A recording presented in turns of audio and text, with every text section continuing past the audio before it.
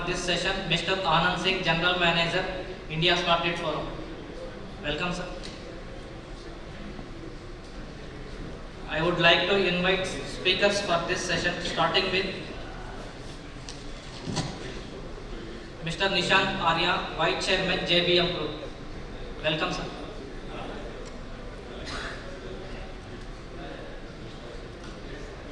May I invite Mr. Dr. Dharmaraj, General Secretary, BOCI. Welcome, sir. Now I would request Mr. Gopalakrishnan, BC, Director, Automotive and EV Sector, Industries Department, Government of Telangana. I would like to invite Mr. Ade Jana, Executive Director, Grid India and Chairman, Indian Charge Point Operators Association. Welcome, sir. I would like to invite Mr. Gopi Shankar M, CTO, Switch Mobility. May I invite Mr. Mukesh, Daddich, Head Business Development, Sustainability and Clean Technology, BSES, Yamuna Power Limited. Welcome, sir. I would request Mr. Vincent, Dewaele, Bus World. Welcome, sir. Now I am handing over the session to moderator to take forward further discussions.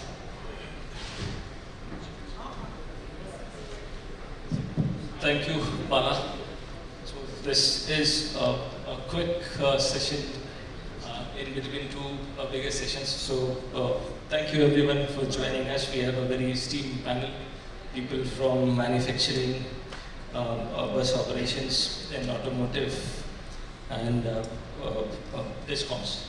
So everybody is here. I will now start with Mr. Nishant, Arya. Thank you for joining us. JBM is at the forefront of manufacturing. We see your buses running all across India, Delhi, Mumbai. So as a manufacturer, I would want to understand from you that what are your key challenges when we see buses across city, but when we go intercity, so what are the challenges as a manufacturer, and then how we can actually push this with the support of regulators and with the support of operators? Right.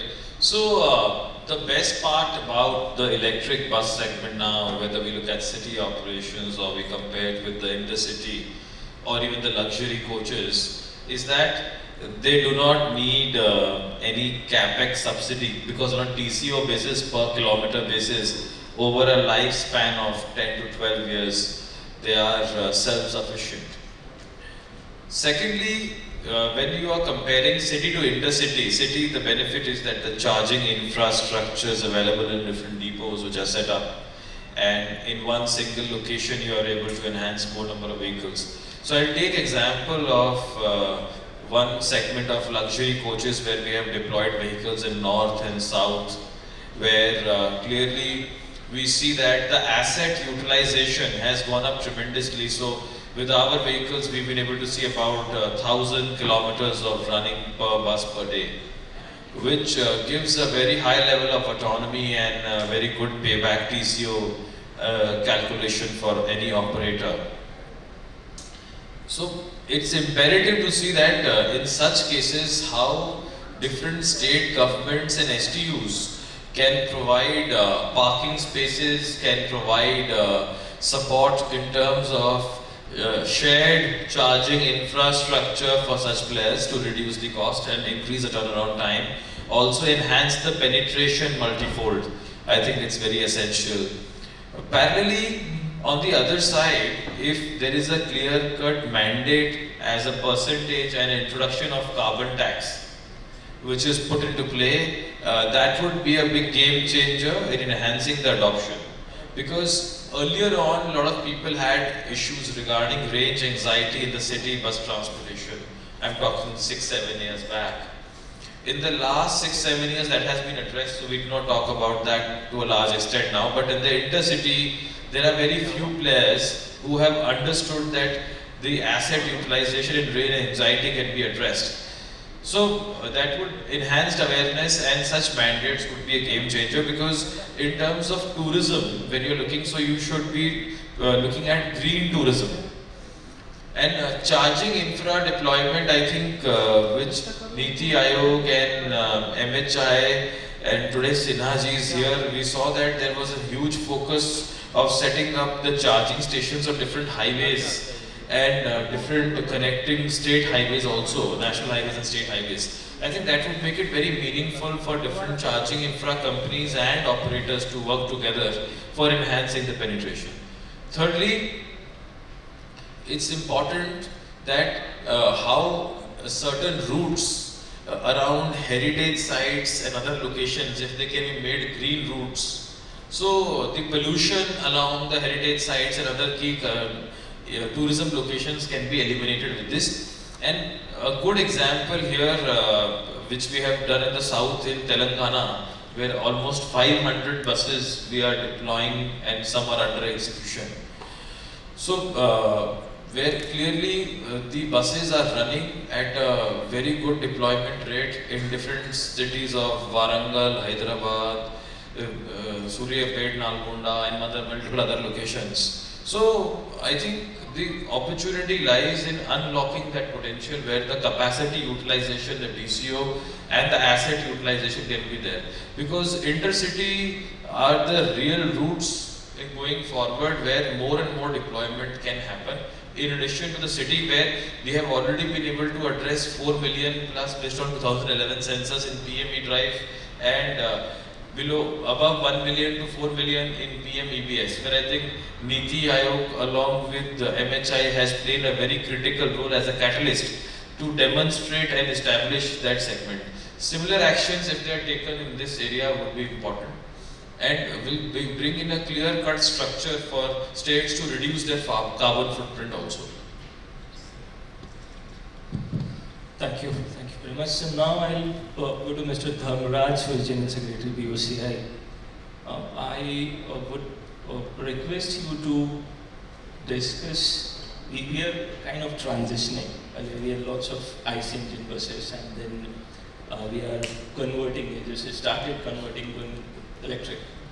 So in this a transition as a bus operator, what are the primary challenges? And why should a private player join this race? What incentives we can bring on the table so that they are also encouraged to join the race and then actually we are able to push this electric mobility.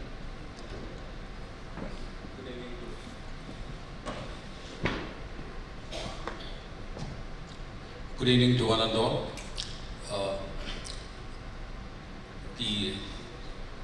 As far as the private players are concerned, the whole of India we are operating around 20 lakh buses. So out of which 1,50,000 belongs to the STUs, the rest is operated by the private operators pan-India. We have three issues basically. Probably it's a common issue, everyone will be knowing about it. One thing is, the first thing is the cost factor. Even though the cost has come down right from 2 crores to less than 1.5 crores, even then it is a very difficult task as far as a private player to immediately go into it. That is the major hurdle. The second one will be the charging infrastructure. The charging infrastructure has to be created. Just now sir was referring to about the NITI Aayog establishing in the national highways a lot of charging stations, but it has to come through a long way to go. So we'll have to concentrate on putting up charging station. And not only that, the cost of the charging station, the infrastructure to be built, and the cost of power, that is a major factor for the private players. And another important aspect is regarding the finance. Usually all the private operators were taking finance either from the NBFCs, non-banking financial companies, or from the banks. So what these finance companies were doing and the banks were giving was at a higher rate of interest, maybe around, the present market rate is around 8.5% is the interest rate. But whereas the investment right now for a diesel bus is around 40 lakhs or maybe around maximum 70 lakhs for a contract carriage luxury bus. But the moment you switch on to a electric bus, the cost will be about 1.2 crores. So the amount of finance required is also at a higher end, And the finance companies and the banks have to come forward for financing that amount, maybe at a lower rate of interest. And another aspect is, right now our financial tenure will be around, maximum is banks lend for, banks as well as the non-banking finance company, they lend for about 5 years, that is approximately 60 months. But right now when the finance amount is high, we'll have to step in for a longer tenure.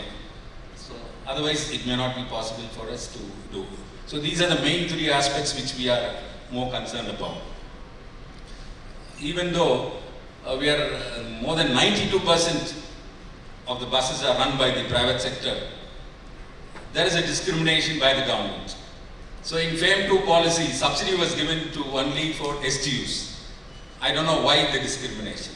Only 8% is operated by STUs, but whereas 92% is operated by the private players. So that is the real situation. There should not be any discrimination. The government is concentrating too much on the personalized mode of transport, especially the 2-wheelers, 4-wheelers, and other aspects of it.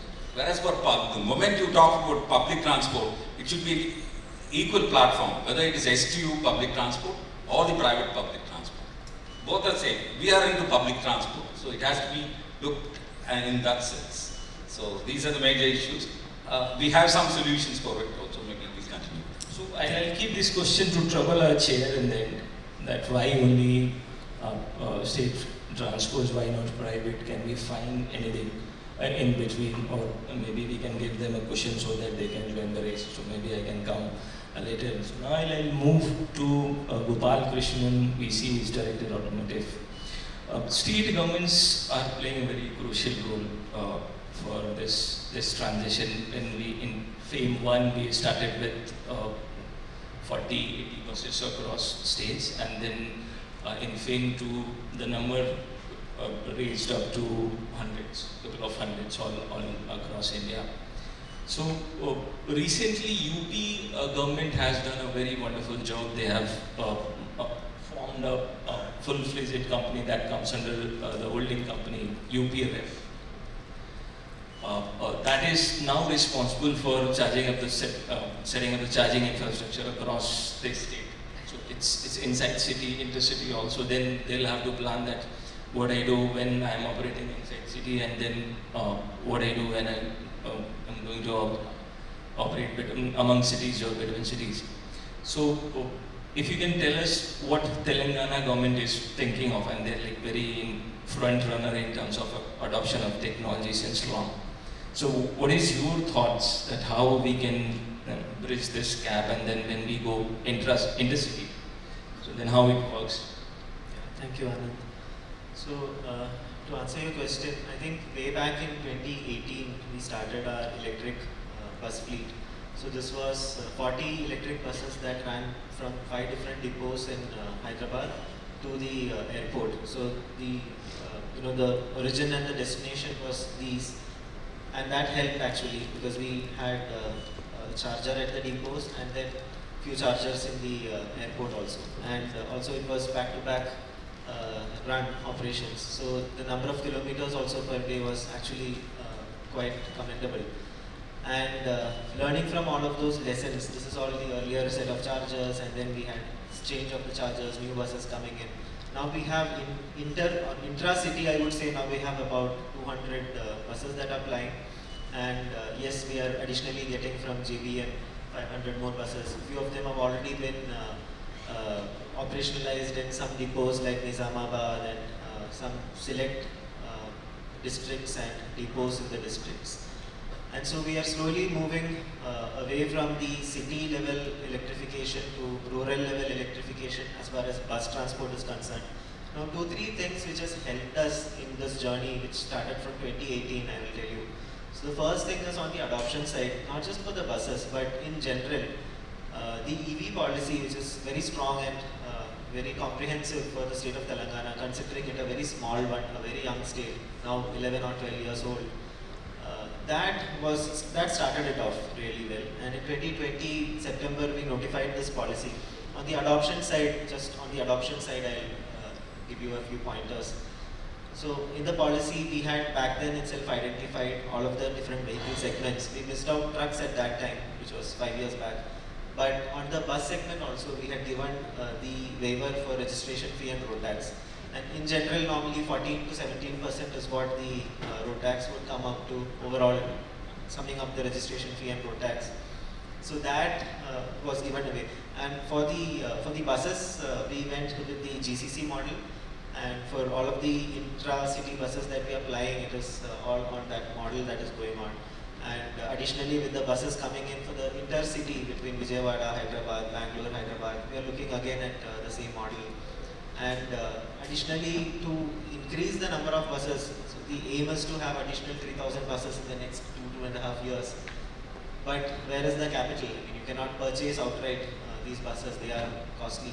But for the model itself to run in the GCC way, we are looking at, we are of course talking already to ADBs and TFLs of the world, and also trying to tap some green funds that are there. There are some US-based funds and UK-based funds. Because US, I think, is now not possible, but UK-based funds are pretty much more friendly towards the Indian infrastructure and to deploy it in India. So we are attempting that. Also, we are in discussion with the federal government also to see what can come from the center as a support to the state for increasing the number of buses. I'll stop here. Thank you very much. Now I'll go to Mr. Vincent. He represents Buswell here. So your experience worldwide, that how this transition takes place, and then what are the key challenges and then solutions around it? Good afternoon to everyone. I'm Vincent, representing Busworld Europe. I came from Belgium yesterday. It was a long trip. I'm happy to be here, and I have my reasons to be here. We were active as Busworld event organizer and exhibition organizer in India before, but we left the scene for some reasons. But now we are back. We were never gone, but we are back. We have an ambassador here from Busworld, Mr. Sridhar. You can contact him, of course, during the day. And we will plan again some events in India in the coming years of now. That's my interest regarding my company. What about the vision of electrification and buses in rural areas and also intercity? I have following to say. As I am a European, I have some, not only European, but also someone living on this planet, I have some questions. Some questions regarding things that are happening today and in the past. I would like to start with the following. We had the COVID pandemic 5 years from now. Everyone was involved, and I've just checked what Europe did, because I will only speak about Europe, what Europe did to solve that problem, and what money they gather to get out of COVID. And just to give you a number, we spent 2,300 billion euros to get out of the COVID pandemic. Why I am telling you that? Because we have a next event that was followed this year, and the event is that the US is telling us that they will not help the Ukraine anymore in the problem they have facing the war with Russia, and Europe should stand up for itself and again raise some funds to spend and to help the Ukraine getting out of their situation. Again, last week was decided in Europe to gather 800 billion euros to step up and to facilitate all the defense from different countries in Europe and to help the Ukraine and to be independent from the US. Of course, I am in favor of that because after the Second World War, after the golden 60s, after when the wall came down in '89, the Berlin Wall, and the Cold War was finished, we as Europeans, we felt partially asleep. We get thick stomachs and we were spoiled. And we thought that everyone is helping us and everyone is our friend, but that's not the case. The case is that we need to be sharp, we need to be strict for ourselves, and we need to lead by example. And I see the same for a country as India, is the same for every country in the world, but especially for the G5. India is one of the G5 emerging countries in the world and has and will have a very important role in the globalization, in the climate issues that we are facing now. Not only is India important because of the fact that they have a big scale, there is a lot of Indians, but because of the fact that India, they have a young population, a population with a lot of challenges, but also with a lot of possibilities, and the world needs young people, inventive people, good people to rule and to find solutions for everything. As I have said, Europe took out some money for COVID, took out money for the crisis today in Ukraine.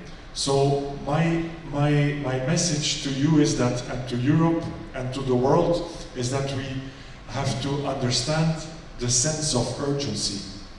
Especially in big cities all over the world, you can see that the rush to electrification, the rush to hydrogen is very important, because from my part, buses can be a solution and help to maintain or to get a better equation regarding that CO2 and that carbon problem. So my point is we have to get again our heads together to acknowledge the sense of urgency, to raise money to solve that big problem we have, the climate problem. We are all affected. That countries like India should take a leading role, especially on the fact that they are also concerned because of the big cities and the huge number of people.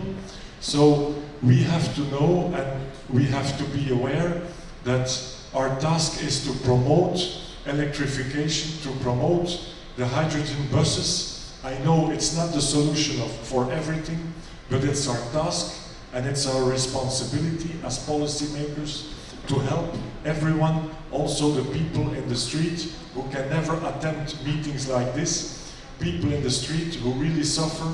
They have no jobs, they have no possibility to travel, they cannot commute easily, so we need urgently to put strengths and our talents together and to find a solution for our planet regarding that carbon equation. Thank you. Thank you very much. So now let me go to the DISCOM who provides the electricity to do everything and enables the entire ecosystem. So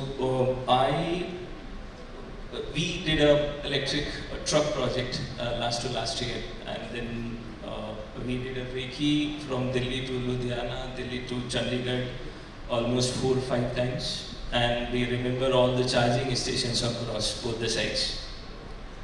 While doing this Reiki, we found out a couple of charging stations were not working. That is fine, that's the technical issue. I saw a very peculiar thing. At a charging station, the charger was 180 kilowatt, and then it was being charged with gensets. So, I mean, it's fine to maintain the operation, you have to charge your buses with gensets, but are you not defeating the entire purpose? So what are your suggestions that how do we avoid this and what DISCOM should do? I understand that most of the feeders that belongs to the rural feeders having limitation of electricity, so they fall across highways. So now, how do we solve this? Yeah, thank you, Anand, and you have raised a very pertinent issue about reliability, and from the earlier session, the time lag for charging a particular charging station by building the back-end infrastructure. So these are two main issues here, and especially when we talk about the highway charging stations, both these play important role. So over the years, definitely the reliability of power systems has been improving considerably. Now we no more have these kinds of power cuts, obviously because of India is becoming power sufficient in terms of generation. So we can safely assume that there will be minimum outages on part of that power shortage. It could be because of some transmission line or something else. Besides that, the reliability also depends on the level of voltage as well. As we go at LT level, the reliability is obviously on the lower side because there are many equipments in between. Then 11 kV, then 33, and as you move higher, 132 and 220, the reliability is more and more. So here we are discussing in terms of bus charging and freight EV charging. So obviously we assume that the load will be in a couple of megawatts at a single station. So there the ST system will be there, and we can ensure the reliability by providing direct feed to the charging station directly from any nearby grid station. Here comes the important role of DISCOMs in deciding the right kind of location of charging station. So our urge is that DISCOM should be made an integral part of planning as well. They exactly know where the pain point is there in terms of congestion and what will be the line length and issues in between, and where they can provide the reliable supply over the highways.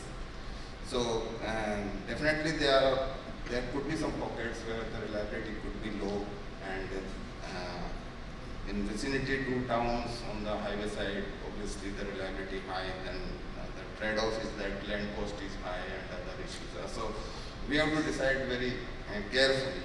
There is no point in having a charging station in a very remote location where you need 20 kilometers of line, overhead line and other things. So definitely reliability will be down. So we have to look all these aspects, and believe me, going forward, just because of power shortage or this thing, we should not have any reliability issue part of that. It's only the transmission outage and any breakdown. The other thing is that the time lag in construction of power supply system vis-a-vis the installation of charging equipment. So that is there because when we talk about the megawatt scale, we have experienced this in Delhi. So far we have released more than 100 megawatt of connections in Delhi. So the major delay or maybe time taken is that we need specific equipment at each and every location, specific panels, maybe at some of the locations GIS panels are required, which has high lead time, maybe of the order of 18 months even. So this is the main delay, and some of the other factors is that during monsoon we cannot work in, especially in city areas, and it's sometimes difficult to get the digging permission and right of way permission. So these are the main issues for delay in commissioning or providing power to the charging stations. So I'm sure that slowly both these issues will be resolved, and my urge to NITI Aayog and policymakers will be that while designing any new highway or maybe something, we can think of laying a power corridor as well along with the highways, so that reliable and sufficient supply is available at plazas, definitely, so that we can have multiple megawatt of charging stations there. Thank you. Thank you. So quickly coming back to Nishant, when I visited one of the depot at Rajghat, so it was 240 kilowatt charger, 2 guns, 120 each. And I must admit this, that your inside innovation has played a wonderful role in scaling up. Now I see 360 kilowatt charger, 6 dispensing units, and doing wonderful jobs. I mean, they can engage 6 buses at a time. So that is wonderful. Can we think of when we are going intercity? So any overhead charging that may reduce your, onboard battery capacity, the cost. Mr. Dharmaraj was talking about that's very costly. So it can reduce the cost also. Battery price going down, there is a possibility. So any innovation that is possible from manufacturer side, because your buses should be compliant with those kind of charging infrastructure. See, first of all, talking about, so when majority of people or everyone in the country was at 120, 150 kilowatt, that's what at the time we went for 240, where everyone raised eyebrows why we are going for 240 today, that became the standard. Then we moved to 360 and now 720. Also in 1 megawatt also we use in multiple geographies across the world. So idea is to see that how do you change the threshold and ensure that how TCO and competitiveness is the prime focus for everyone. Secondly, the challenge is not on technology front for ultra fast charging or for smaller battery packs. The basic challenge which you were referring to earlier on is on the infra side. How the infrastructure in different areas would be able to support pantograph charging, if you're talking about that, or induction charging. And pantograph charging needs infrastructure at different bus stops or terminals or bus depots or the different onboarding, offboarding points which are there. So clearly that's the biggest challenge. Second is managing public infra other than power infra in such cases which is set up to address these requirements. That's a big issue. Thirdly, when we are doing this, the technical bandwidth to manage such kind of equipments for them to have that kind of uptime and performance is a big challenge which is there today. So the infrastructure which is being set up in different cities for different depots for the power to come itself is facing multiple issues in semi-urban and rural areas and other cases, because at many places that capacity does not exist. So therefore that support is being given by respective central government ministries and Honorable NITI Aayog. But beyond the point, they have to execute it locally. So that capacity has to exist there, or even with private players, which is the biggest issues. Because what is happening now, for addressing this challenge, what has happened, again we were amongst the first ones or the first one in the industry to see that how we could support operators to reduce upfront cost, which is very well understood, because with different financial structures like leasing, this has been addressed. Some people also brought in battery swapping as a model few years back, but in buses that doesn't work in my view, because batteries which are 2.5, 3 tons or more, swapping them at such high voltage levels requires a very high skill set. Again, infrastructure comes into play there. That's why it hasn't taken off really at this point. It is more evidently used in 2-wheeler, 3-wheeler or other segments. So I think that is what is required, that how different funding models are there, how the customers are able to ensure bankability of their models which are going, because technology is already available, but technology has many other strings attached which it brings with it for the maturity levels to be in place for different cities, for different locations, on highway, off highway, to be able to implement them. So now back to Dr. Dharmaraj. We have been talking about challenges. So if you can suggest us a couple of solutions that can be implemented, and the solution is one thing as far as the cost is concerned, we need to have a kind of subsidy. Already I think so, NITI Aayog has already made it very clear that not much of subsidy is being given. But what we feel is, as in FAME 2 policy which was extended to STUs, should be extended to the private sector also. That is one aspect of it. As our friend rightly put it, we are thinking of going in for retrofit or swapping. That would be an ideal thing. And another important aspect of reducing the cost would be going for leasing. Leasing of buses, leasing of batteries, everything is possible. And we are just looking into it as a private operator. As a private operator, definitely we are more concerned about the society also. We want to go green. We want to go for a zero emission and green standards. Definitely, we welcome that aspect of it. But the problem is, as a businessman, we have certain cost issues. So regarding these things, the best option would be if we are able to get some good subsidy, kind of at least an exemption in GST, because we are paying around 28% GST on the vehicle. So these type of exemptions, already Government of India as well as some of the states have given exemption on registration fees, on taxes. These things are already there, but that may not be sufficient. So definitely these aspects have to be looked into it. And coming to the charging infrastructure aspect of it, the government should come forward in promoting a lot of charging stations across, not only on the national highways but also on the state highways, because in our confederation we have buses of stage carriages also. Not only, the moment you talk about buses, everyone thinks about only intercity buses. I mean intercity buses. There are intracity buses also being operated by the private operators in most of the states. So for those purposes, we should bring in charging terminals at the bus stations, especially on each bus stands. Definitely that will be helpful.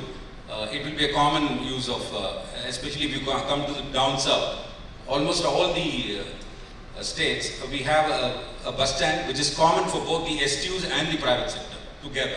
We function simultaneously. In fact, one of the reasons for Tamil Nadu being the topmost, the best service, transport service, passenger transport service in the country is, we are operating at the lowest fare. Tamil Nadu is operating at the lowest fare with the very good service. We are operating at 58 paise per kilometer for passengers, and we have a service of 24/7 to any nook and corner of Tamil Nadu. You can travel at any point of time. So that is the situation. Even in developed cities, number 1 cities also, tier 1 cities also, you may not have service after 9 o'clock or 10 o'clock, but whereas in Tamil Nadu we have a very good service. That is mainly because of coexistence of both the private sector and the public sector together. And in the same way, for charging stations to be at different locations has to be identified, and the government should come forward at least for providing land so that it will be easier for them. And another thing is the quality of power. That is more important, and the cost of power should be subsidized. So that will be one aspect of it. Another aspect, as I earlier said, we should, the government should come forward in making the, finance available at a lower rate of interest, at least around 3 to 4% rate of interest. That will be helpful for, especially for electric buses. So government can give concessions on interest rate as well as GST concessions can be extended. So this would be, in a way, helpful for the private operators to immediately switch over. And another important aspect of it, overnight nothing can be done, because the problem is the availability of vehicle is also another big issue, which we'll have to think of it. Over a period of time, slowly, we can get into electric buses, and definitely this will be helpful for the private operators as well as for the society in going for a green option. So definitely these are the ways in which we can get over the challenges. Thank you. Thank you very much. Now back to Mr. Gopalakrishnan. We did V2G, vehicle to grid. We spent almost 1 year just bringing that technology in India, establishing that yes, V2G can be done with here also in India. We tied up with University of Delaware, Tata Motors helped us. We imported a couple of instruments to do it. So V2G, cars are nearly 30 kWh. So at most you can exhaust 20 kWh. buses looks more suitable and lucrative in this context. If you think about buses are carrying 250 kWh on board, and school buses are mostly lying idle at the time of first peak and the second peak. So any thought where you can encourage to look into that direction, and then maybe we can end up doing a pilot? I'll be very frank here. We have not looked at the V2G situation because we are going one step beyond that. So what we are trying to attempt is to do pilot with wireless charging, which is induction based, as well as not the catenary, but conductive, but from a rail. So we are trying to do this in, I don't know how many of you know the Hyderabad geography, but we are trying to do this between the airport and a place called Gachibowli, and all of it is connected through Outer Ring Road. It's about 30-35 kilometers, and not everything is going to be electrified in one go, but at least a pilot of 2 to 5 kilometers is what we are looking at, because the technology is also very costly.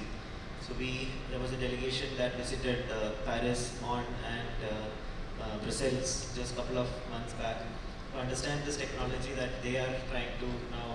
I mean, they've already piloted, proved it in French roads in A2, A10, etc. in their expressways and highways. So they are planning to do a 4,000 kilometer implementation of this. So a similar kind of a pilot for the Indian situation, because we can have many different situations that we can come across in India. Sometimes the thing that you put on the road can be stolen also. So we are trying to understand everything and also have minimum risk for the people who might cross the highway. Also sometimes people cross and animals cross. So we are trying to look at everything and see how best we can implement that pilot, but also there is a lot of fund that is required for it. So how best to create that consortium of the manufacturer of that technology coming from overseas, an Indian entity an infra entity who can actually lay it on the road, who can tie up with the toll guys who have already set it up here, and government of course. And again, the buses or trucks that ply on it also should be retrofitted for this to function. So which OEM in India can kind of do this with us as a pilot model. So all of that is being discussed currently. So V2G, we have not looked at it keenly, but I understand, and I was also going through the brochure. A lot of good work has been done over the last 1.5 years, and I see that there has been some pilot that you are also doing from December. Certainly we will discuss more and we'll see what best we can support there from a Telangana perspective as well. But I'll also just take a couple of minutes. So you discussed about what other things, the charging opportunities are there. So there again, what the other thing that we have attempted is September 2023, we have come up with Telangana Zero Emission Truck Accelerator. So Telangana Z Accelerator we call it. We're doing it along with RMI.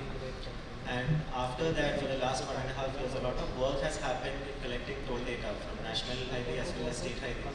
And a lot of interactions with the LSPs, logistics service providers, who carry all of this goods from one part to the other. In Hyderabad, we have a lot of mining happening in one area, Singareti. We have a lot of fly ash that goes from NTPC to some other place.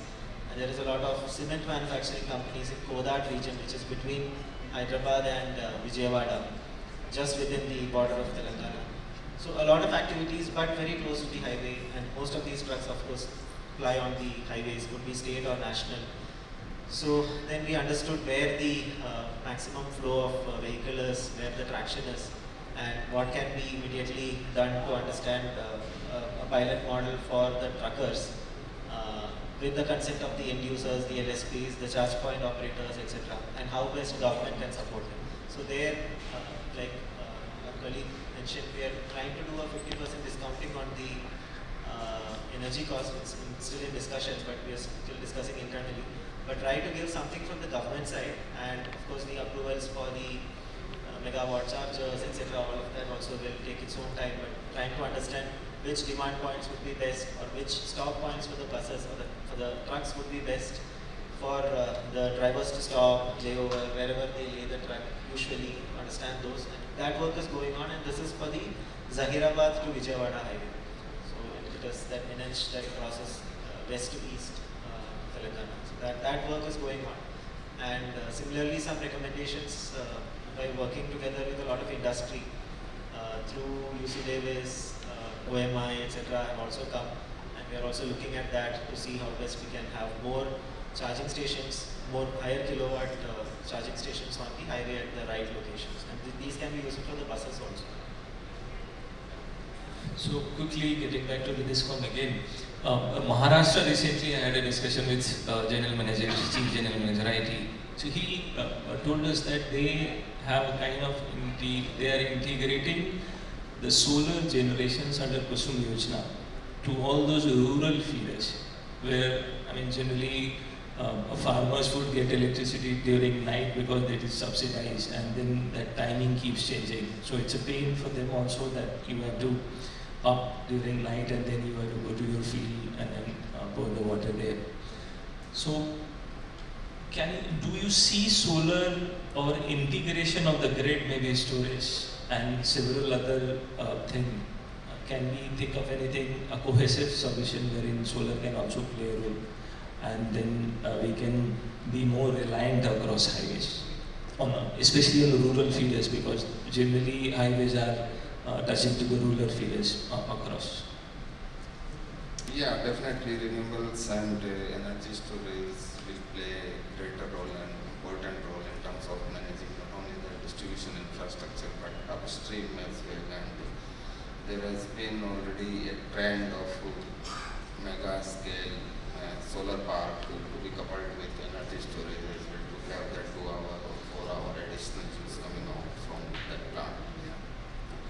So to integrate this particular, we know that so far what we have experienced that EV charging load is still intermittent in nature. We have observed that utilization of 7 to 10% is intermittent in nature. It's not a continuous type of load. So definitely whenever you have uncertainty in load and intermittency, whether it is towards supply side or demand side, definitely these are the fillers in terms of making the infrastructure or supply stable, the energy storage and then the solar support. So during that time, definitely solar is going to support the EV charging because we believe that most of the highway charging will be happening during daytime. That is our experience as well so far. So yes, but local level solar having, this is again an idea that at this couple of megawatt charging station could have at most 50 kilowatt or 100 kilowatt solar plant. So if you couple some of the batteries as well of the same order of solar, then probably in case of outage, then for 1 hour, 2 hours, it can provide a little bit of support to that. So it's a good idea to have these energy vectors combined, solar, energy storage, and the grid supply as well, so that the reliability of the charging station improves. Thank you. Now, Mr. Vincent, what should we not do as a country while we are at the cusp of the transformation, that ICE engine to electric engine, then intracity to intercity? So as a country, if you can talk something that we should not do as a country? We should learn from our mistakes, and I heard about subventions and support from the government towards businesses. I do agree to start up a business, a new way of deploying a business, for example, helping with new and different forms of sustainable energy, but we need a planning behind. That planning needs to be set up in a joint venture between governments and private companies with one goal. After several years, the private companies or the companies that are dealing with subventions, they need to be self-sustainable. We cannot continue to depend on a government. That's a cash drain on government side, and that has no long-term that's not a long-term planning. So yes, we need subventions, but we have to be realistic, and we need businesses that are self-sustainable. In Europe, in Belgium, we had a lot of subventions for solar panels. We had subventions for different things, and there was a lot of abuse. And today, the grid, for example, has an overcapacity in the summer. Too much people, too much companies, they have solar panels. And they are putting back electricity on the grid. And before, you get money for that. But now, you have to pay for that. Because the grid is not ready to get that overcapacity in downfall time. So it's a deregulation of the market. So we need to be realistic, to accept subventions under certain circumstances. And that's a mistake that happened before, and we should not fall into this again. That's all about sustainability. Thank you. Thank you. So before I request wrapping up to the chair, can I ask you a question? I'm just trying to leverage this situation. Recently, Delhi government announced that they're not going to give petrol or diesel to vehicles that is 15 years old. So I don't know, it's a very good chance for them to get converted to electric, especially the high-end cars. Similar is the case with all trucks also, because we are in very unorganized market. Generally, whosoever small owners of the trucks, they get their money back in first 5 years. So how do we support them in terms of retrofitting? Because if we are supporting them to retrofit, the chassis is designed for 20-25 years. In 10-15 years, they tend to discard it. So if it is converted to electric truck or electric car, this will save carbon emission in terms of you are building a new chassis or altogether a new body. So that is one advantage. I talked about this, discussed this with my colleagues in industry, and they said that we need to have the certifications also. So for every model, we need to have a certification. That is very costly. They end up spending 25 lakhs, 30 lakhs for one certification. So how can we arrange this entire ecosystem so that we can support them? Obviously, new trucks or new buses are one of the options, but can we not support retrofits also so that they are doing their part and this can save on carbon emission? And any cushion what we can create for them, and then RI, ICAT, such organization can come up with a plan that you want to convert, then this is the ease of this transformation. So if we can create it, that will do wonders. So your thoughts about this? So I would say that as far as the retrofit is concerned, because now it is between retrofit and the new ones. So I would say that from NITI's perspective, we are very clear on this. We are not opposed to retrofit, as I always say. So many of the state governments, they have come out, Delhi government have themselves come out, they have identified the agencies who can do the retrofit. Standards of retrofit is being developed, those things are going on. But when we are trying to compare these two, then the idea is that the retrofit can at best support adoption. It can support transformation, definitely. But when you are looking at a bigger picture, bigger aim, bigger aspiration if you have, to become a manufacturing hub, then we have to take a call at which route to go. So that when we are faced with that situation, then probably what appears is that new vehicles, that is what is to be supported.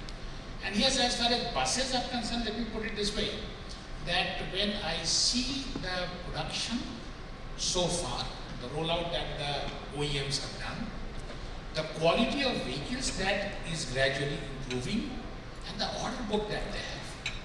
This is very, very fabulous. So as far as I am concerned, I have got 100% I'm confident, I have a lot of trust on the OEMs. Initially there were very few, now there are almost 15 of them are there, more than that, 17 of OEMs are there, big and small. And I'm seeing that what traction it is bringing. So we have got Nishant, and I'm sure that he has got. These people are entering into the external geographies also. So that means that the quality of product is, it has to be a class. Then only you can be entering into not only the nearby kind of countries, but to the best of the places that we always think of, like the GDP and all those standards are very high. So they are the places where these people are moving on to. So as far as the OEMs are concerned, I'm quite sure about that they should be able to do it, provided of course some support is needed. But to my understanding is that now it's time that the leasing players have to be very, very aggressive into the market, be it truck and be it bus. So I have been in conversation with Mr. Dharmaraj and the BOCI, and I have always been telling them one thing. You give me a commitment. You tell me that okay, you have got 18.5 lakh buses in India. Come out that okay, 100,000 buses will be transformed, provided A, B, C, D, E. That is okay. Then we can call the OEMs, we can call the financiers, we can call the charge point operators, we can see our own kitty. After all, if you see the PM drive, and if you put the allocation for the buses and the charging infrastructure, then almost 60% is over. This is where the focus is. The focus of the PM drive is very clear. And if you add on to it another kitty, that is the PM Seva, e-bus Seva, then together it forms a fabulous amount that is available. So maybe that you can come out, as I always see that as far as charging infrastructure is concerned, we will be always in position to help you out. We know the challenges on highways, that how the uptime, how the quality and all those things have to be ensured. Those things are there. That's why we are in conversation. We are attempting to create some lighthouses. For instance, if Telangana is ready to identify that, okay, this is the stretch that we want to create as a lighthouse, and let's see if it happens to be a kind of, let's say, national highway, then we can see that what best we can do, definitely. So that's what the idea is. Maybe that if you are able to identify a port or a steel plant or a cement plant or some OD repair, or maybe some clinker and cement movement, then we will be always willing to be forthright moving on to different. So I would say that in buses front, as far as the state transport undertaking this transformation is concerned, I am quite confident that now it is on a kind of autopilot, but it will move. It will move very fast. But how to, because now even if we do that, we are barely able to address the 10% of the problem. 90% is still intact. That is with the private people. So how to go with them, how to, that's why when I see that we need in India more of Nivos and the leafy and the fresh, and I have been telling them that we want to ensure that you make money. Because if you don't make money, if you continue to bleed, how long are you going to stay in the industry? So you have to make money, and we have to ensure that we are in a way kind of helping you out. Then only probably this entire ecosystem.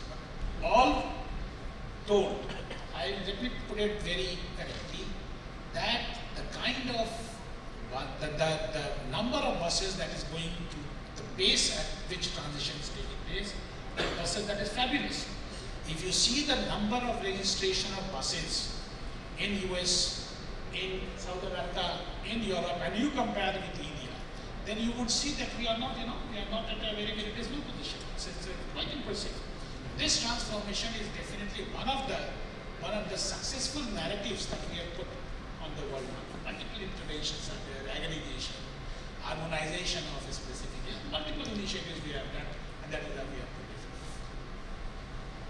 Thank you very much. We'll open for the audience, 1-2 questions, and then we can wind up.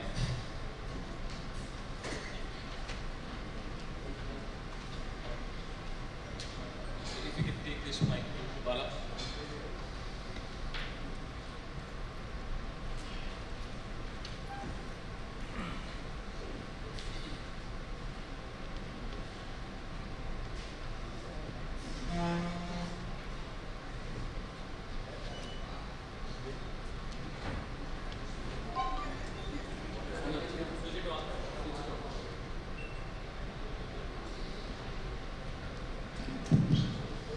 So having listened to everybody, by the way, my name is Sridhar, I represent Bus World in India.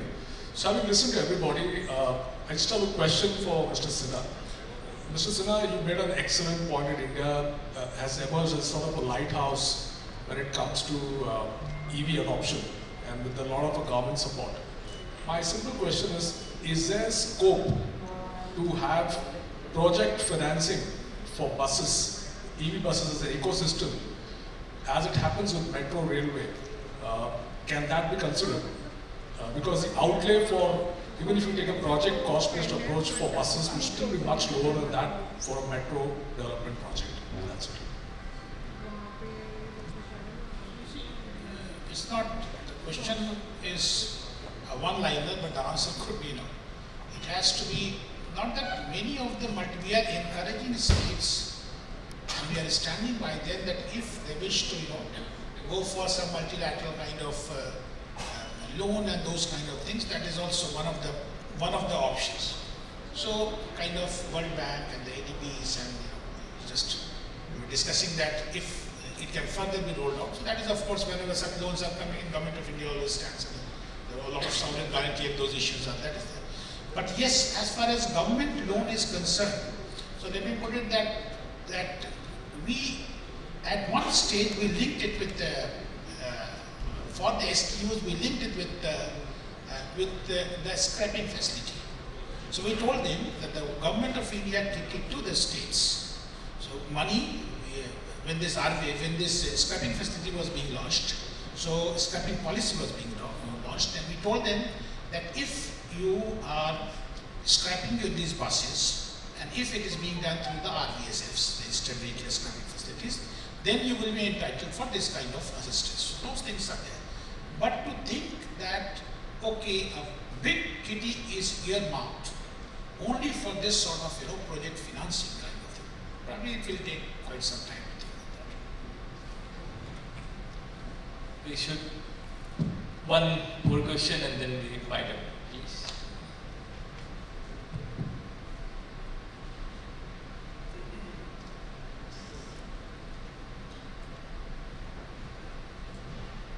First of all, good afternoon.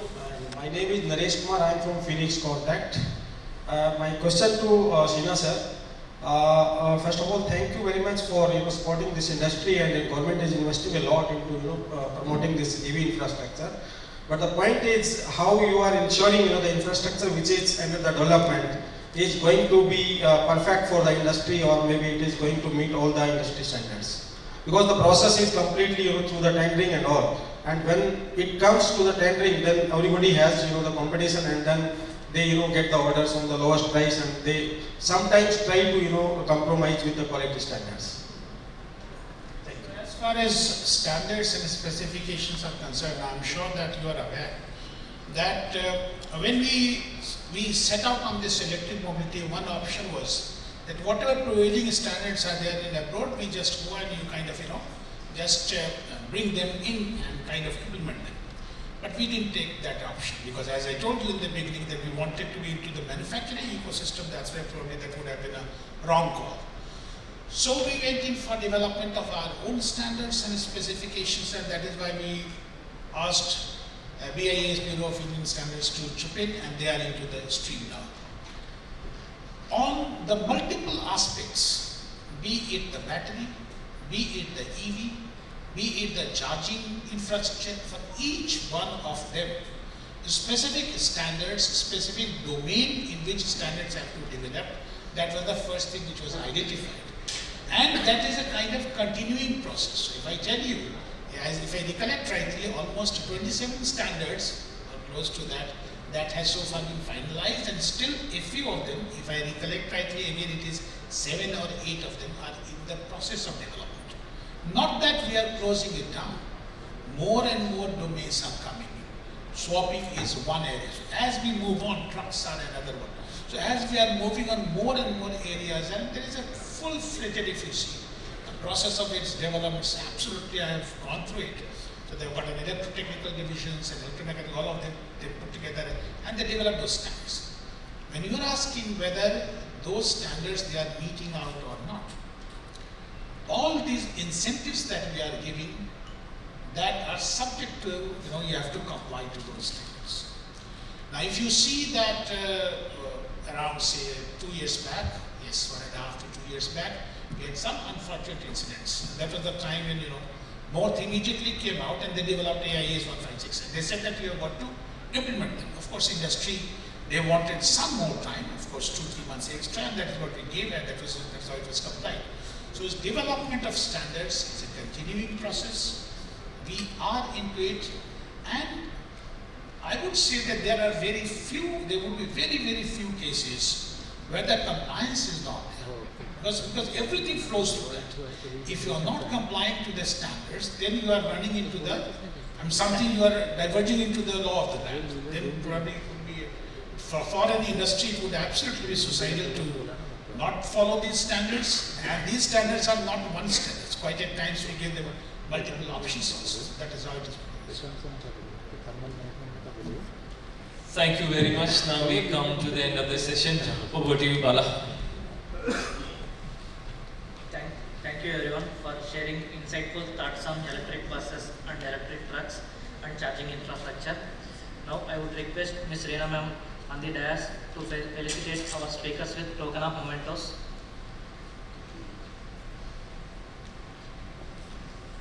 Starting with our chair, Sinha Advisor, NITI Aayog.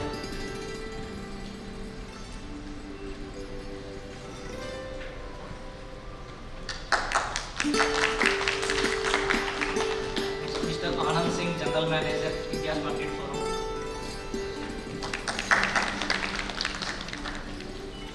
Mr. Nishant, Arya, Vice Chairman, JBU.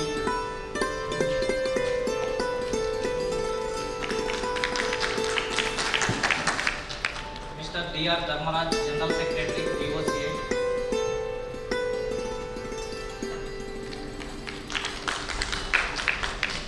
Mr. Gopalakrishnan, VC, Director, Automotive and EV Center, Government of Telangana.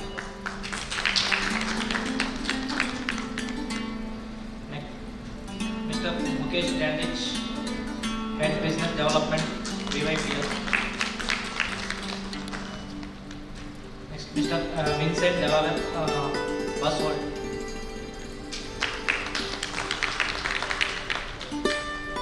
Thank you, ma'am.